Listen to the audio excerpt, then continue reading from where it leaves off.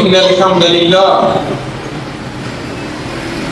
نحمده حمدا كثيرا طيبا مباركا فيه ونشكره ونستغفره ونتوب إليه ومن شرور أنفسنا وسيئات أعمالنا من يهده الله وهو المهتد ومن يضلل فلن تجد له وليا مرشدا وأشهد أن لا إله إلا الله وحده لا شريك له وأشهد أن محمدا عبده ورسوله صلى الله عليه وعلى آله وصحابته والتابعين لهم بإحسان إلى يوم الدين وبعد عباد الله أوصيكم وأوصى نفسي بتقوى الله عز وجل يقول سبحانه وتعالى في كتابه الكريم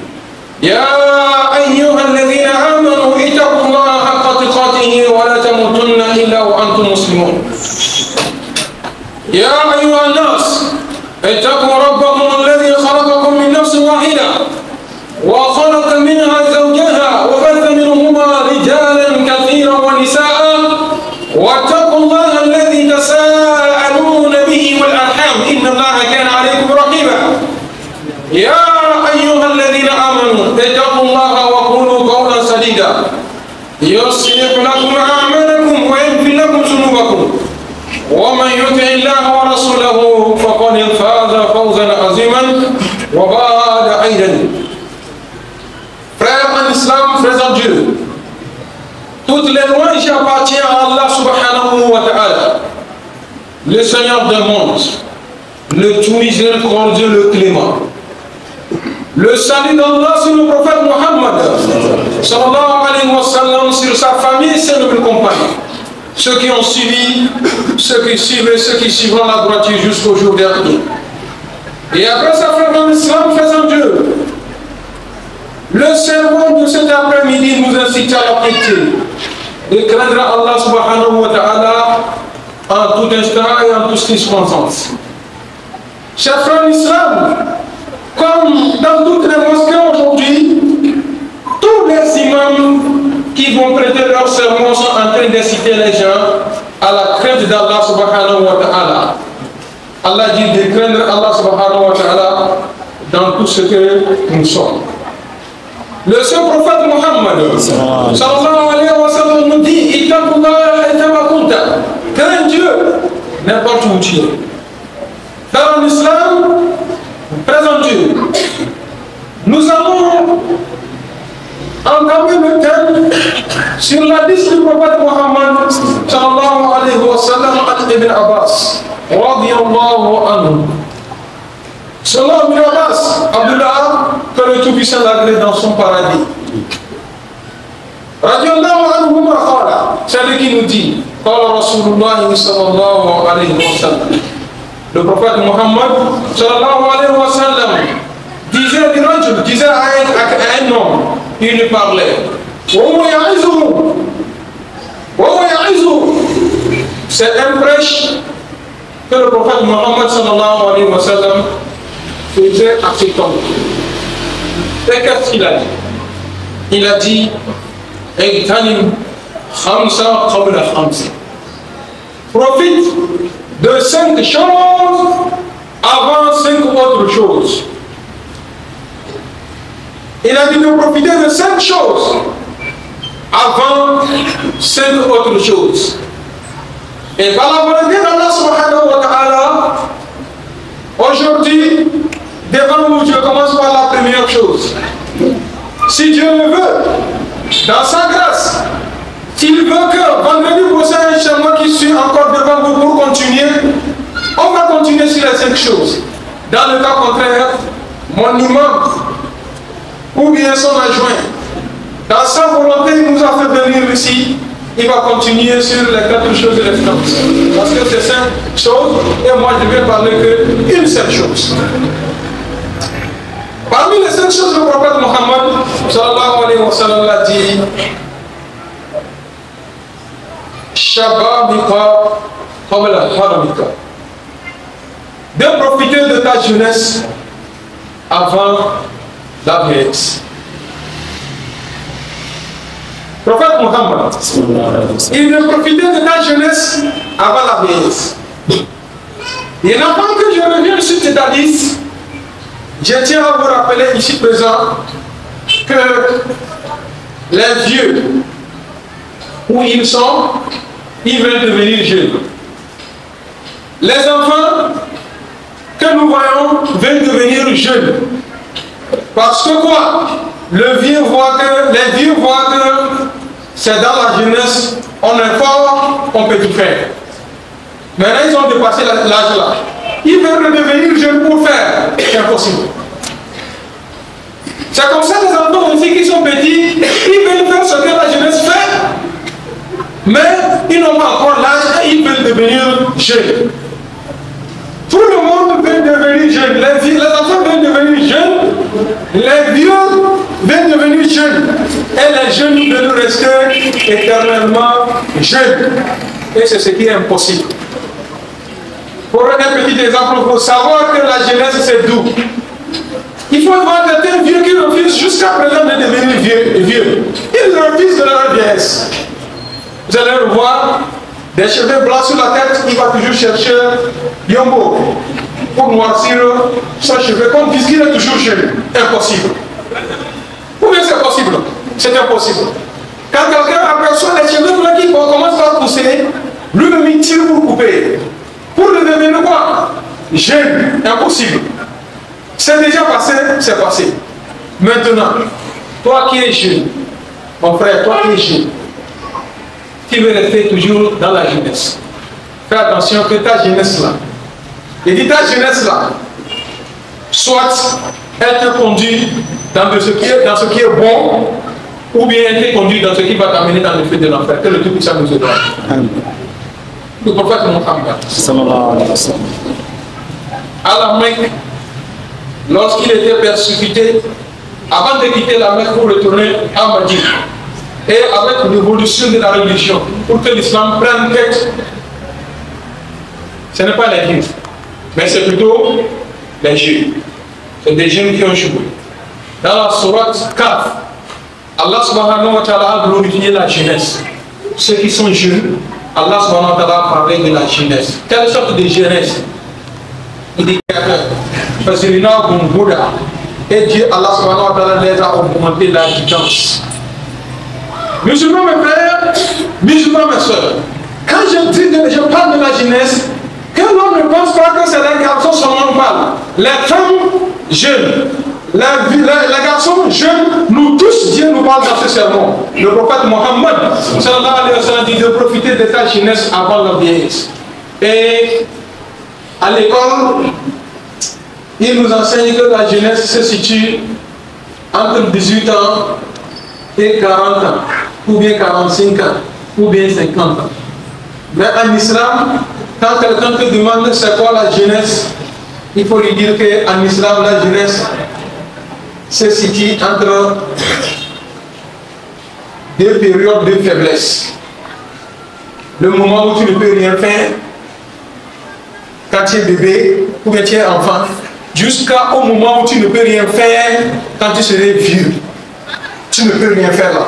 Et ça on appelle la jeunesse. La période à partir du moment où tu sais faire quelque chose, tu es fort, tu peux faire quelque chose, jusqu'à la période que tu serais vieux, fatigué, tu ne peux rien faire là. C'est fini ta jeunesse. Donc si c'est de cette définition nous pouvons porter, je vais regarder dans toute cette mosquée là, je vais dire qu'il n'y a pas encore des vieux parmi nous. Comme l'islam nous cite la jeunesse. Parce que quoi? Tout le monde est fort. Tout le monde peut se déplacer. Tout le monde peut faire comment la s'arrêter pour faire takbir correct. Tout le monde peut faire la génération correcte. Tout le monde peut faire tout correctement. Et chacun d'entre nous peut chercher l'argent. Le prophète Mohammed, sallallahu alayhi wa sallam, nous dit de profiter de ta jeunesse avant que la vieillesse ne vienne te frapper. C'est quand tu es jeune que tu as la force, tu peux adorer Dieu convenablement. Sincèrement, vous le savez. Mais je veux dire qu'aujourd'hui, nous avons des jeunes de 18 ans qui ont l'âge de 60 ans et 70 ans. Tu vas avoir un G qui sait que celui-là c'est un enfant, c'est un G, il a la force. Mais à cause de la paresse, il est paresseux, et la manière dont lui-même il entretient, il prend son corps, il est plus vieux que celui qui a 70 ans. C'est quand tu es jeune qui peut faire la prière correctement, t'arrêter correctement. Bien t'arrêter pour faire la prière, faire la génuflexion correcte, te relever des roues corrects, faire la prosternation correcte. C'est quand tu es jeune que tu peux servir Allah. Balayer la mosquée, nettoyer tout, c'est dans ta jeunesse. Les cimetières, quand tu as les herbes, c'est quand tu es jeune que tu peux faire ce travail-là. Dans ton coucou, aller chercher les autres, vous allez travailler pour Dieu. C'est quand tu es jeune que tu peux faire toute adoration correcte pour Dieu. Mais quand tu serais Dieu, ne pouvant rien faire, tu peux faire, mais tu ne pourras plus faire. Le prophète Mohammed, il dit toute jeune personne qui a profité de sa jeunesse, c'est ça, pendant sa jeunesse, il prie correctement, il jeûne correctement, il fait tout ce qui est bon correctement. Quand il serait vieux et il ne peut rien faire, Allah subhanahu wa ta'ala dit que quand il va venir maintenant, il ne peut plus faire carême. Allah subhanahu wa ta'ala va dire aux uns, écrivez-lui la récompense comme il a fait carême. Quand il vient pour faire la prière, il ne peut pas se mettre debout pour prier, il est assis pour prier. Dieu dit que écrivez-lui comme s'il était jeune, comment il était debout, il prie là, écrivez-lui comme ça. Il arrivera à un moment donné de la vieillesse que l'urine même, ça ne peut pas tenir. Qui finit de uriner, il la verse dans le pantalon. Nous avons des vies, quand il est à côté de lui, il s'ennuie. Il le veut, c'est venu, c'est la vieillesse. C'est la vieillesse. Il y a des jeunes, il y a des vieux, à l'heure là où je suis en train de vous parler, ils veulent venir faire la prière, mais ils ne peuvent pas rester dans la chambre. Il y a des vieux qui sont dans la chambre, ils sont musulmans et musulmans. Ils veulent venir prier comme nous, mais ils ne peuvent pas. Pourquoi? Parce qu'ils sont frappés par la vieillesse. Et la vieillesse, c'est la maladie grave de toutes les maladies. Et quand la vieillesse veut venir là, ça n'avertit pas. C'est-à-dire que ça vient longtemps. La preuve est qu'avant tu soulevais 2 bidons de l'eau comme ça, 50 litres, 50 litres, ou bien 25 litres, 25 litres, tu tiens comme ça. À un moment donné, viendra, quand tu veux soulever les 2 bidons, ça ne peut pas. Il faut soulever un. Un là, même pour arriver à la maison, ce n'est pas possible. C'est là qui te dit que salam alaikum, c'est arrivé. Mais l'homme ne réfléchit pas pour dire que il est temps que je veux me réveiller, corriger mes actes et faire ce qui est bon. C'est dans la jeunesse qu'on peut tout faire. Et dans la jeunesse on peut tout faire. Aujourd'hui la jeunesse est là seulement pour gagner l'argent facile. Tout facilement. Tout facilement. Est-ce possible? Impossible. Tu ne peux pas gagner tout facilement. Il faut souffrir avant de gagner. Mais aujourd'hui, la jeunesse est là. On attend tout. Ça n'a qu'à venir. Surtout que j'ai quelqu'un qui est riche. Alors je compte sur lui. Moi je suis là bras croisé. Où est l'importance de ta jeunesse? Il y a quelqu'un qui est en Europe qui dit que j'ai un grand frère là-bas. Qui fait quoi? Il dit je ne fais rien. J'attends tout seulement. Ça n'a qu'à venir de mon grand-père. Pendant que les autres sont en train de lutter. Les autres tiennent là-haut. Les autres tiennent là-bas. Les autres courent par-ci, par-là pour faire le travail. Toi tu es là seulement. Qui attends? Tu sais ce qui t'attend? C'est quand tu serais vieux. Au moment où tu vas te reposer. Et il n'y a personne pour te nourrir. Et tu n'as rien, dans ce moment tu veux travailler et tu n'as plus de force pour travailler. Ce n'est pas seulement sur le plan spirituel. Il dit la vie d'un être humain se doit se diviser en 3. Première partie de la vie d'un jeune, une jeune fille ou un jeune garçon, première partie de ta vie doit être semblable à la vie de l'âme. Tout le monde connaît ce que l'âme fait. L'âme travaille, matin, midi, soir, l'âme travaille. C'est comme ça qu'il doit devenir comme l'âme dans la jeunesse. Première partie de ta jeunesse. Deuxième partie de ta jeunesse, tu dois ressembler à l'abeille. L'abeille, c'est quoi? Vous allez voir que l'abeille va quitter là où il est, loin. Il va venir quelque part pour puiser de l'eau. Sur l'eau, pour baisser les nectars, les fleurs, etc., etc. Il veut quoi? Il veut réaliser. Il veut faire quoi? Il veut faire le miel. C'est la deuxième partie de ta vie. Et maintenant, troisième partie de ta vie, tu dois ressembler à un singe. À un singe, ça veut dire quoi? Vous voyez, quand vous avez un singe à la maison, quand les enfants viennent là, qu'est-ce qu'il fait? Il fait tout simplement pour que les enfants crient. Et il s'amuse avec les enfants. Donc c'est comme ça, la vie de l'être humain doit être divisée en 3 parties. Je m'explique. Première partie, tu dois travailler comme un âme. C'est-à-dire, première partie de ta jeunesse, où tu es fort là, il faut travailler, encore travailler, toujours travailler. Matin, midi, soir, tu travailles. Du côté de la religion, tu travailles. Du côté de chercher à manger, tu travailles. Du côté de la famille, tu travailles. Qui doit travailler comme un âme? Pourquoi tu dois travailler? Tu travailles comme ça maintenant pour réaliser, c'est-à-dire pour avoir les moyens. Maintenant, quand tu as les moyens, tu deviens comme un abeille. Un abeille, c'est quoi? C'est le moment où tu as travaillé, tu as gagné l'argent. Maintenant, tu veux construire. Tu vas construire une maison. Tu vas acheter une voiture pour te déplacer ou bien une moto. Tu dois acheter, apprendre à marier une femme ou bien 2 femmes. Tu dois envoyer tes enfants à l'école. Tu dois. Le travail que tu as fait hier, aujourd'hui, tu es en train de faire réalisation. Maintenant, la dernière partie de ta vie doit ressembler à un singe. C'est quand tu serais vieux, tu ne peux plus travailler, tu ne peux plus aller à quelque part. Tu fais quoi maintenant? Tu es assis à la maison.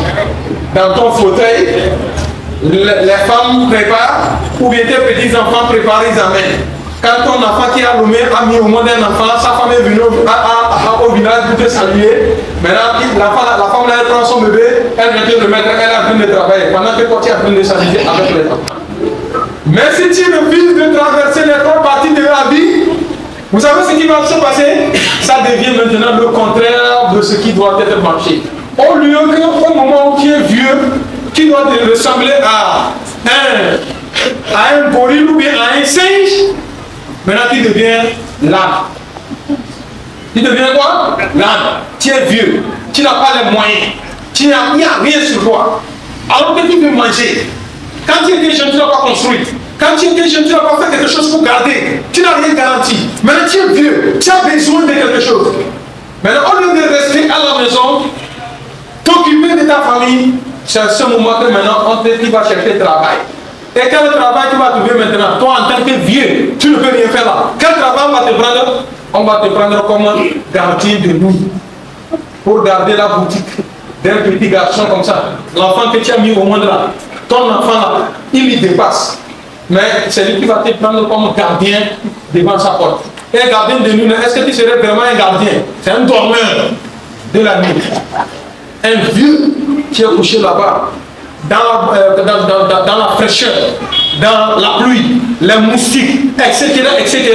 Si tu n'as pas une bonne femme, pendant que tu es assis devant la boutique de quelqu'un, il y a quelqu'un qui, ta femme a déjà appelé quelqu'un qui est en train de coucher avec toi. À qui revient cet ordre? Qui a cherché ça? Toi-même. C'est pourquoi le prophète Muhammad dit Shababika qabla haramika. Profite de ta jeunesse avant que la vieillesse ne vienne. Je suis un peu talonné par le temps. Inch'Allah, je vais m'arrêter ici pour cette première partie de ce sermon. Qu'Allah subhanahu wa ta'ala nous guide sur le droit chemin, qu'il nous accorde sur les meilleures choses ici dans le monde et dans l'autre monde, et qu'il guide nos pas, et qu'il nous accorde le paradis. Et apporte le paradis à ceux-là qui nous ont déjà dépassé dans la foi. أقول ما تسمعون وأستغفر الله لي ولكم ولسائر المسلمين.